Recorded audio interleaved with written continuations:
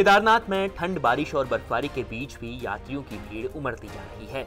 कपाट खुलने के बाद महज 13 दिनों में 1,30,000 यात्रियों ने बाबा केदार के दर्शन किए हैं। लेकिन केदारनाथ धाम में शौचालयों और रहने के लिए टेंट की कमी ने यात्रियों की मुश्किलें बढ़ा दी हैं, जिसके बाद कई यात्रियों ने सोशल मीडिया के जरिए अपना दर्द बयां किया है। यात्रियों ने ये भी शिकायत की है कि केदारनाथ में रहने के लिए होटल उपलब्ध नहीं हो रहे हैं और ऐसा इसलिए हो रहा है क्योंकि धाम में यात्रियों की भीड़ औसत से ज्यादा उमड़ने लगी है।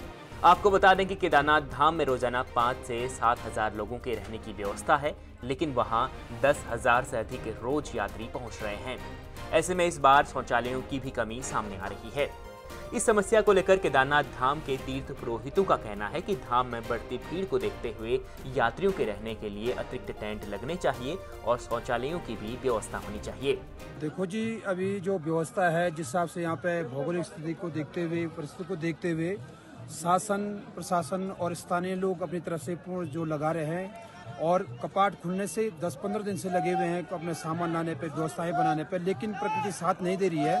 फिर भी जो शासन ने कोशिश कर रखी और टेंटों की और शौचालयों की में थोड़ा अभी कमी है, क्योंकि जिस प्रकार से यहाँ पे बर्फबारी हो रही है, बारिश हो रही है, तो यात्री लाइन में लगे उनके लिए थोड़ा किनारे पे ट्रेन शटर हो और शौचालय, इसकी यहाँ पे अभी थोड़ी दिक्कतें हैं।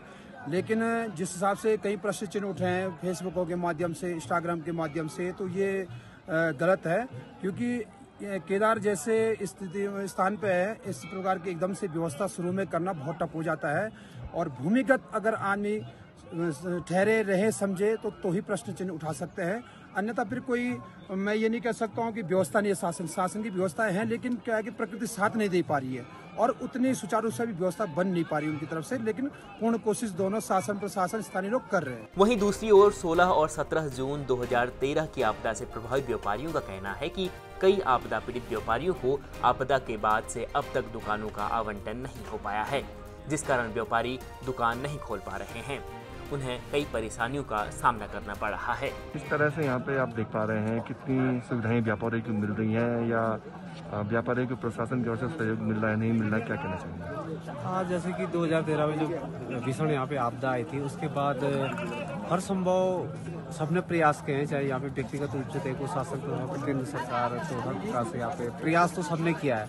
हालांकि सफलता कहाँ तक मिली है ये कहना अभी बहुत ही मुश्किल है। लेकिन आप व्यापार के संबंध की बात करें तो यहाँ पे अभी जो पुराने जो अनुबंध हुए थे व्यापारियों के, तो वो अभी पूर्ण नहीं हुए हैं, तो संभवतः व्यापारी अपनी दुकान नहीं खोल पाए हैं, तो उनको तो काफ़ी असुविधा यहाँ पे हो रही है। क्या क्या अनुबंध था, किस तरह से? जैसे व्यापारियों को दुकानें वगैरह आवंटित होनी थी, जिनके वास आउट मकान हो गए थे, जो मंदिर से सीधे जो रास्ता आगे को जाता है, तो उसमें दोनों तरफ जो है सब की दुकानें व्यापारियों की थी, तो उनको अभी तक दुकानें आवंटित नहीं हुई हैं, तो उन्हें इधर उधर अपने फुटपाथ पे ऐसे छोटे मोटे व्यवसाय करने पड़ रहे हैं। तो ये तो एक काफी समस्या वाला प्रश्न है। केदारनाथ में मौसम खराब होने के बावजूद धाम की क्षमता से अधिक यात्री वहां पहुंच रहे हैं। ऐसे में जब यात्रा पीक पर होगी तो ये संख्या और बढ़ जानी है, फिर शौचालय और रहने की दिक्कत और बढ़ जाएगी। उत्तराखंड तक के लिए रुद्रप्रयाग से प्रवीण सेमोन की रिपोर्ट।